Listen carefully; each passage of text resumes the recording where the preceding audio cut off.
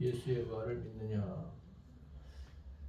예수님의 부활 사건은 사복음서에 다 나와 있습니다. 마태복음 마지막 장 28장, 마가복음도 마지막 장의 16장에, 누가복음도 24장에, 요한복음도 20장 21장에 예수님의 부활 사건을 우리에게 소개하고 있습니다. 예수께서 부활하신 사건은 또 고린도전서 15장에도 등장하고 있죠. 그래서 만약에 영화 극작가가 영화를 만들 경우에 이 예수님의 부활 사건들을 정리한다면 대략 7가지 장면이 나오게 될 것입니다. 첫 번째 장면은 무덤에 돌이 굴려진 장면이죠. 예수께서 부활하셨기 때문에 이 무덤에 돌이 굴려져 있었고 예수님은 보이지 않았습니다. 이거 첫 번째 장면이고요. 두 번째 장면은 베드로와 요한이 이 소식을 알고서 달려와서 보니까 정말 예수님이 누웠던 곳에 예수님이 계시지 않는 겁니다. 그래서 확실하게 예수께서 살아나셨구나 라고 믿게 되었다는 거죠. 세 번째 장면은 예수께서 제자들에게 나타나셔서 이제 이 손을 만져봐라, 내 옆구리를 만져봐라 하면서 부활의 모습을 직접 증명하신 것입니다. 네 번째 장면은 엠마오로 가는 두 제자에게 나타나셔서 이제 예수님이 직접 물어보죠.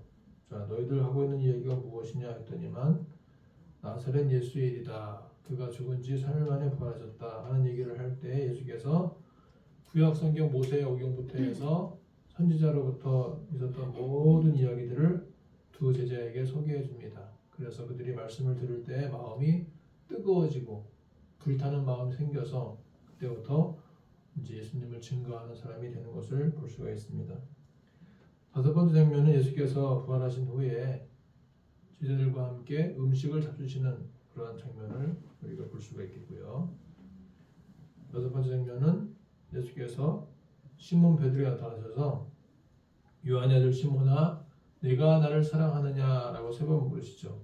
그때 베드로가 대답하기를 내가 주님을 사랑하나이다 라고 세 번 대답을 하고 그래서 내 양을 먹이라, 내 양을 치라, 내 양을 먹이라 말씀하시면서 베드로에게 다시 한번 사명감을 주시는 그런 장면이 있습니다. 그리고 마지막 7번째는 하늘로 올라가시는 승천하시는 모습을 우리가 볼 수가 있습니다.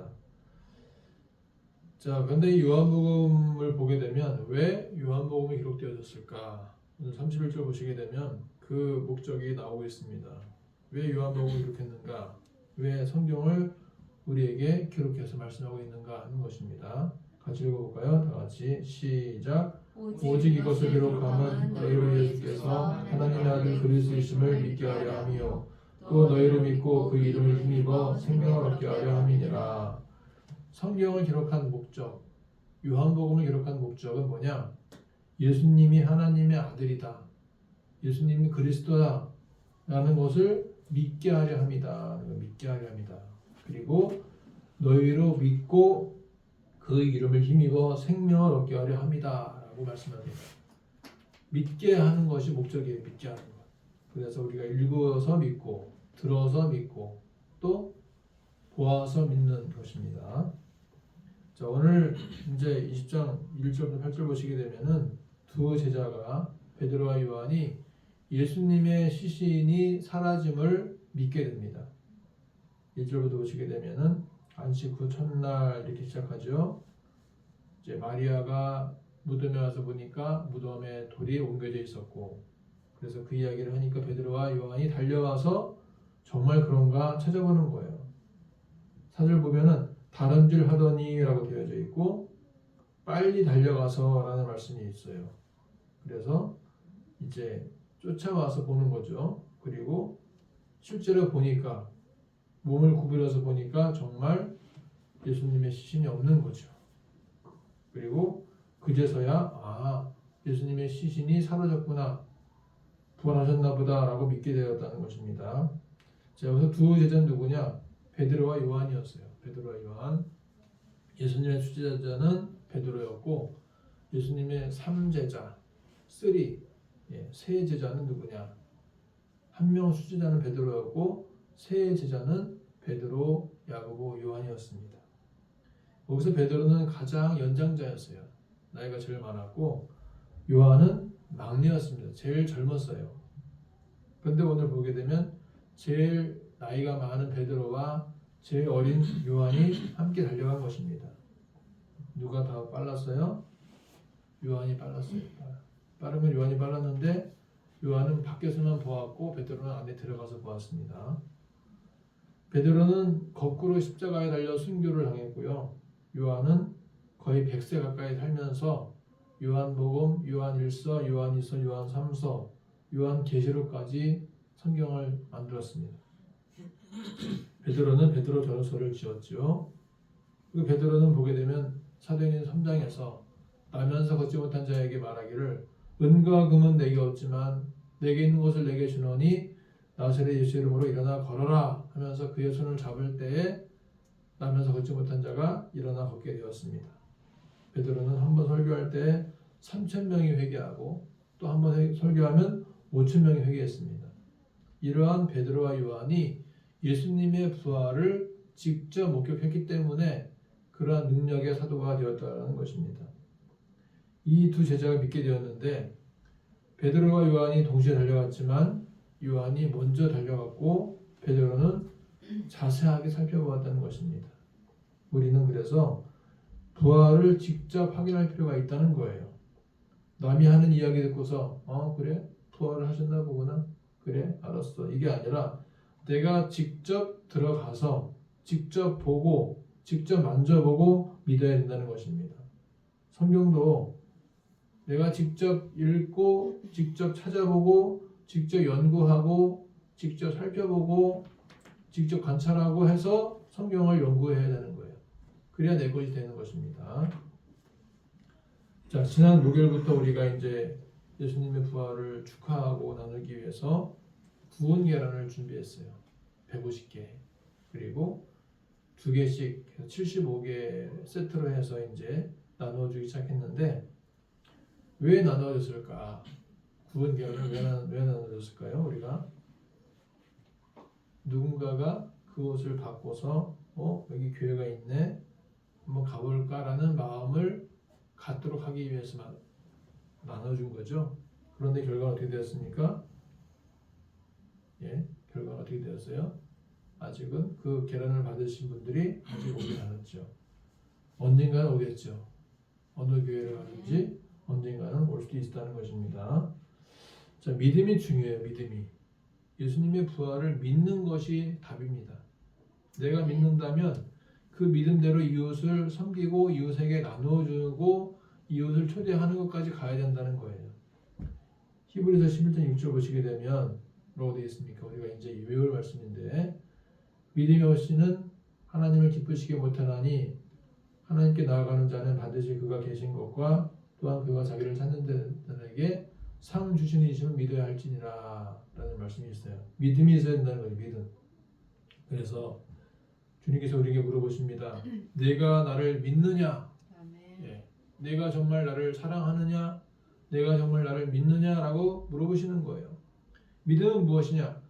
바라는 것들의 실상, 실체, 내가 바라고 있는 어떤 이상적인 것의 실체, 그게 믿음이에요. 그러니까 보이지 않는데 확실하게 내가 딱 보는 것, 이게 바로 믿음입니다.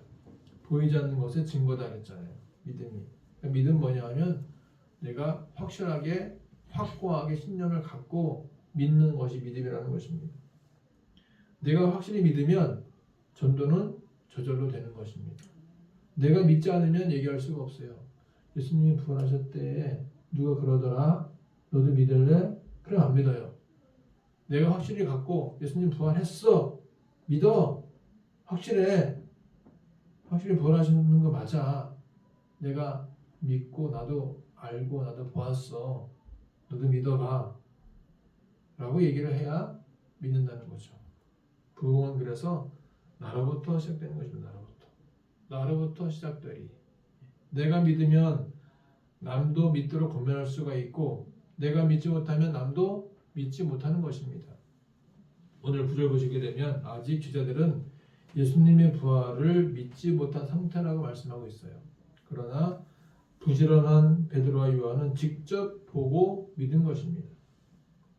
오늘 요한복음 2장 보시게 되면 믿음, 믿다라는 이 헬라어 피스티오라는 단어인데 이 단어가 총 5번 이상 등장합니다. 5번 이상. 그래서 8절 보시게 되면 보고 믿더라라고 나와요. 예수님의 무덤을 보고 요한도 믿음이 시작되었다는 것입니다. 보고 확인하는 것이 진짜 믿음을 가질 수 있는 빠른 길이기도 합니다. 성경도 직접 읽고 직접 연구하고 직접 정리해보고 직접 세밀하게 관찰하는 것이 중요합니다. 그래야 나의 것이 됩니다. 더욱 확실하게 믿을 수 있는 기초가 됩니다. 두 번째는 25절에 나오는데 내가 누구의 말이에요? 이 말은 도마의 말이에요. 도마의 말. 내가 예수님의 손자국의 그 못자국 옆구리의 창자국을 보지 않고는 믿지 않겠다라고 말했다는 거죠. 도마의 불신이에요. 도마는 그러니까 10명의 제자가 함께 모였을 때 그때 있지 않았다는 거예요. 꼭 그런 사람 있잖아요. 우리 한번 모이자. 자, 모이자. 우리 6명, 폭군형 모여봐라. 했는데 한 명이 빠졌어. 그러면서 나 그때 몰라. 나는 기억 안 나. 너희들끼리 얘기한 거지 않나? 몰라. 그럴 수 있단 말이에요. 꼭 모일 때 한 명이 빠지는 경우가 있습니다. 그러고 나서 딴 말을 하죠. 그래서 예수께서 그 다음 주에 다시 한번 또 나타나신 거예요. 도마야, 너 그때 빠졌지? 하면서 다시 나타나셔갖고 자, 내 손, 내 옆구리 다 봐라 말씀하시는 것입니다. 많은 불신자들이 이렇게 말을 해요. 하나님이 계시다면 한번 보여줘봐. 내가 믿을게. 하나님 계시다면 한번 기적을 보여줘봐. 내가 믿을게. 라고 말합니다. 그러나 하나님의 기적은 지금도 나타나고 있어요. 하나님의 역사는 지금도 이루어지고 있습니다. 그것을 단지 그들이 체감하지 못하는 거예요. 하나님의 역사와 하나님의 기적은 지금도 나타나고 있습니다. 도마처럼 의심만 하면 안 된다는 거죠. 이미 돌이 굴려진 상태가 빈 무덤이 부활의 증거예요. 예수님이 누우셨던 곳에 옷이 그대로 있는 것 자체가 부활하신 증거인 것입니다. 어떻게 사람이 부활했는데 옷이 그대로 있어요? 같이 옷으로 따라 나가야죠. 누가 옮겼으면. 예수님이 옷만 남겨놓고 싹 부활을 하신 것입니다. 의심 많은 도마와 같은 사람이 너무나 많다는 거예요. 지금도. 그래서 세 번째 이 21절은 뭐냐? 믿음 없는 자가 되지 말고 믿는 자가 되라는 것입니다. 예수께서 직접적으로 믿음을 촉구하신 거예요. 우리는 도마처럼 직접 봐야 믿는 경우가 많아요. 그러나 믿음은 본래 보지 않고 믿는 것이 최고의 믿음인 것입니다. 믿음이 있어야 구원을 받을 수 있죠. 요한복음 3장 16절 뭐라고 되어 있습니까? 하나님이 세상을 이처럼 사랑하사 독생자를 주셨으니 이는 그를 믿는 자마다 멸망하지 않고 영생을 얻게 하려 하심이라. 아멘. 믿어야 기적도 일어납니다. 믿어야 치유도 나타납니다. 믿어야 역사도 일어나는 줄 믿으시기 바랍니다. 자, 네 번째 믿음은 뭐냐? 보지 못하고 믿는 자들은 복되다라는 29절 말씀이에요. 요한복음 전체 핵심의 메시지 중 하나이기도 하고 보지 않고 믿는 믿음이 중요하다는 것을 가르쳐주고 있습니다. 2000년대를 살아가는 우리들은 바로 복된 자들인 줄 믿습니다. 아멘. 우리는 성경을 보고 믿고 있고요. 설교를 듣고 믿고 있고 우리는 보이지 않지만 믿는 것입니다. 그래서 우리는 더욱더 복된 자들인 줄 믿습니다. 찬송가 545장 뭐라고 되어 있습니까?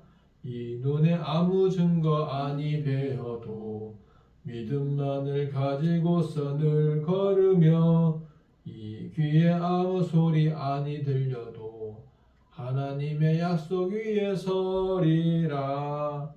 아무것도 안 들리고 아무것도 안 보여도 믿음만을 가지고 가는 사람이 승리할 수가 있다는 것입니다.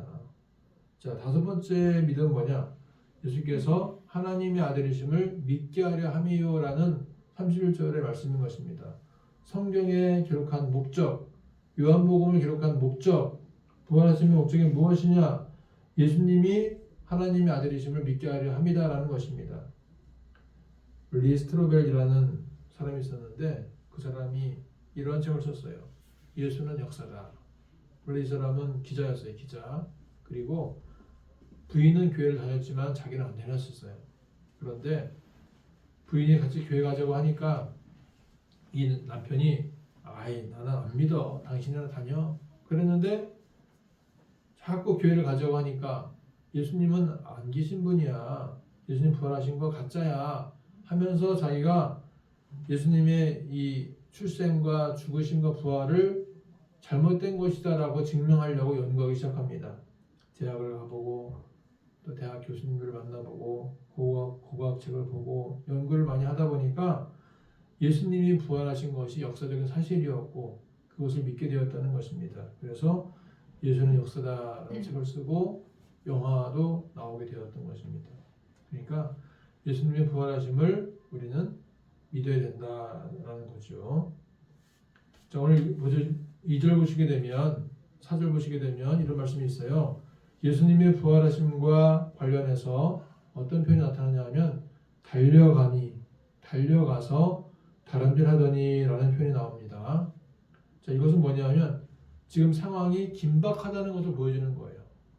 분명히 3일 전에 죽으셨는 분인데 장례까지 잘 치르신 분인데 그 시체가 안 보이는 거죠. 야, 이게 무슨 일일까?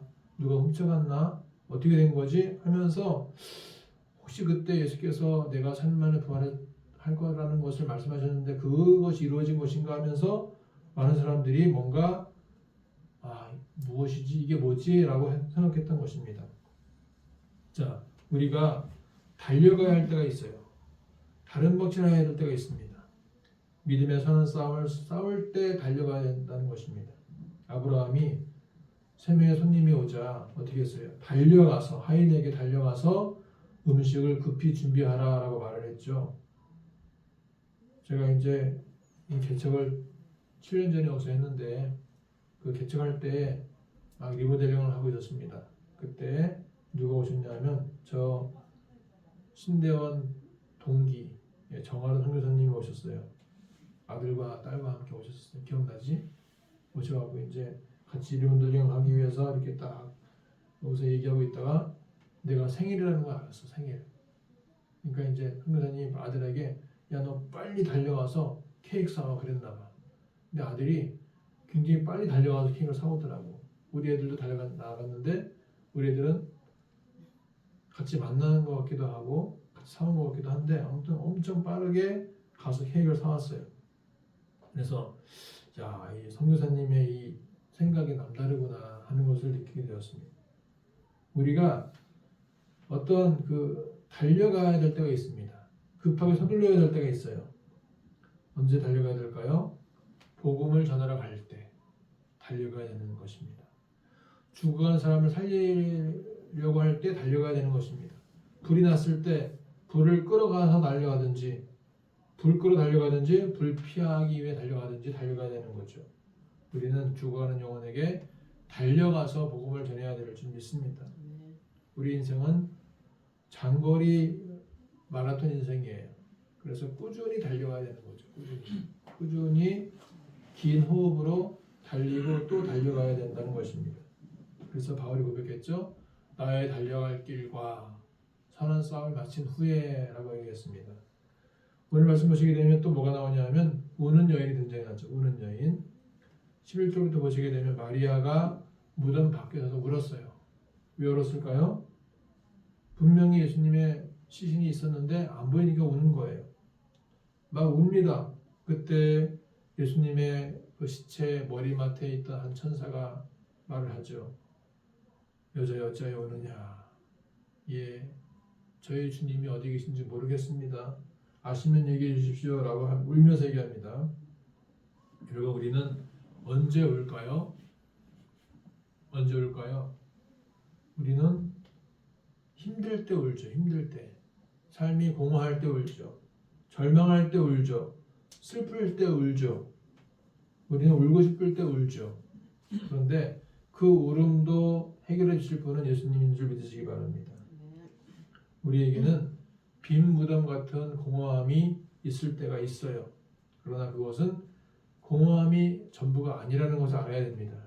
빈 무덤은 예수님이 부활하신 것을 증명하기 때문에 우리가 예수님이 안 보인다고 해서 슬퍼할 수가 없다는 것입니다. 예수님이 안 보여도 슬퍼할 이유가 없다는 거예요. 우리는 예수님이 부활했다는 것을 믿어야 되는 것처럼 우리의 삶에 슬픔이 있고 안 좋은 일이 있고 뭔가 안 좋은 조건만 있고 뭔가 절망만 있고 했을 때에는 그때부터 하나님이 역사하시고 채우실 공간임을 기억하시기 바랍니다. 내가 할 수 없을 때, 내가 불가능할 때, 내가 절망적일 때, 내가 난관에 처했을 때 그때부터 하나님께서 개입하시고 하나님이 역사하시는 때인 줄 믿으시기 바랍니다. 빈 무덤은 슬픔이 아니에요. 빈 무덤은 울어야 될 때가 아닌 것입니다. 아멘. 빈 무덤은 부활하신 것을 증명하는 거예요. 아멘. 그래서 우리가 살아갈 때 참 절망스럽다, 힘들다, 낙심된다 그럴 때 하나님께서 그때부터 역사해 주시는 줄을 믿으시기 바랍니다. 나에게 아무것도 남지 않을 때 그때부터 하나님이 채우기 시작하시는 것입니다. 나에게 무엇인가가 있고 무엇인지 잘 풀리고 모든 게 넉넉할 때에는 예수께서 들어오실 공간이 없어요. 그런데 나에게 통장에 돈이 떨어지고 또 마음에 슬픔이 있고 공허함 가득하고 그럴 때는 내가 이제 구하는 거죠. 찾는 거죠. 두드리는 거죠. 그때부터 하나님 역사하시는 것입니다. 구하라 찾을 것이요 두드리라 열릴 것이니 그랬습니다. 우리는 우리의 삶이 힘들고 지칠 때마다 하나님 그때부터 개입하시고 임재하심을 믿으시기 바랍니다. 자, 19절부터 보시게 되면 이런 말씀이 있어요. 예수께서 나타나셔서 너에게 평강이 있을지어다. 평강이 있을지어다. 그 모습을 보고 사람들이 기뻐했습니다. 자, 예수님은 왜 나타나셨는가? 예수님은 평강을 주기 위해서 나타나신 것입니다. 기쁨을 주기 위해 오신 것입니다. 평강을 주기 위해서 나타나신 것입니다. 그리고 성령을 주기 위해서 보여주신 것입니다. 내가 가야 보혜사 성령이 너에게 오겠다 말씀하셨습니다. 그래서 불안하고 두려워하고 초조한 제자들에게 예수님은 평강을 주신 것입니다. 그 당시에 예수님의 부활을 믿거나 그것을 증거하는 사람들은 그때부터 반역자가 되는 바람에 이단으로 몰리는 바람에 죽을 수도 있고 어떤 일이 생길지도 모르는데 그렇게 초조하고 불안한 제자들에게 예수께서 나타나셔서 너에게 평강이 있을지어다, 너에게 기쁨이 있을지어다, 너에게 성령을 보내주겠다 말씀하신 것입니다. 자, 결론입니다. 그러므로 우리는 이제부터 믿음을 먼저 가져야 된다 하는 거예요. 믿음을 먼저 가지자. 내가 믿어야 남도 믿게 할 수 있다라는 거죠. 믿음이 있어야 소망도 있고 사랑도 있는 것입니다. 신뢰를 주는 지도자, 믿음을 주는 지도자, 믿음을 주는 가장, 믿음을 주는 목회자, 신뢰감을 주는 사장, 회장, 그러한 신뢰감을 주는 리더가 되어야 된다는 것입니다. 우리 인생은 장기 레이스예요. 쉬지 말고 부지런히 달려가는, 꾸준히 달려가는 장기 레이스를 달려가는 것입니다. 복음을 전파하며 달려가시기 바랍니다. 빈 무덤은 겉으로 보기에 공허하지만 예수님이 부활의 증거인 것처럼 우리의 삶은 공허하고 허무하고 뭔가 없는 것처럼 볼 때 있을지라도 그때부터 하나님께서 채워주심과 하나님의 돌보심과 하나님의 역사가 시작된다는 것을 기억하시기 바랍니다.